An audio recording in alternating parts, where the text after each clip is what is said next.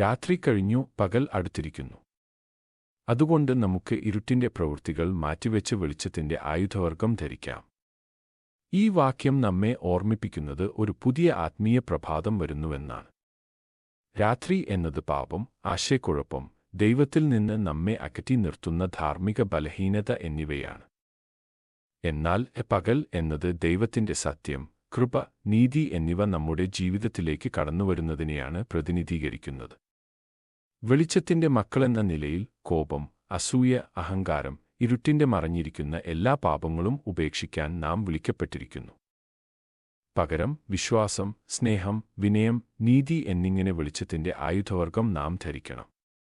വെളിച്ചത്തിൽ ജീവിക്കുക എന്നതിനർത്ഥം ദൈവത്തിന്റെയും മറ്റുള്ളവരുടെയും മുമ്പാകെ സത്യസന്ധമായി നടക്കുക, അനുകമ്പ കാണിക്കുക, അവന്റെ ശക്തിയിലൂടെ പ്രലോഭനങ്ങളെ ചെറുക്കുക എന്നിവയാണ്.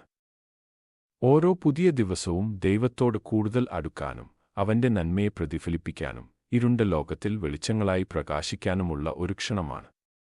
വെളിച്ചത്തിന്റെ സമയം വന്നിരിക്കുന്നു, നമുക്ക് അതിൽ നടക്കാം.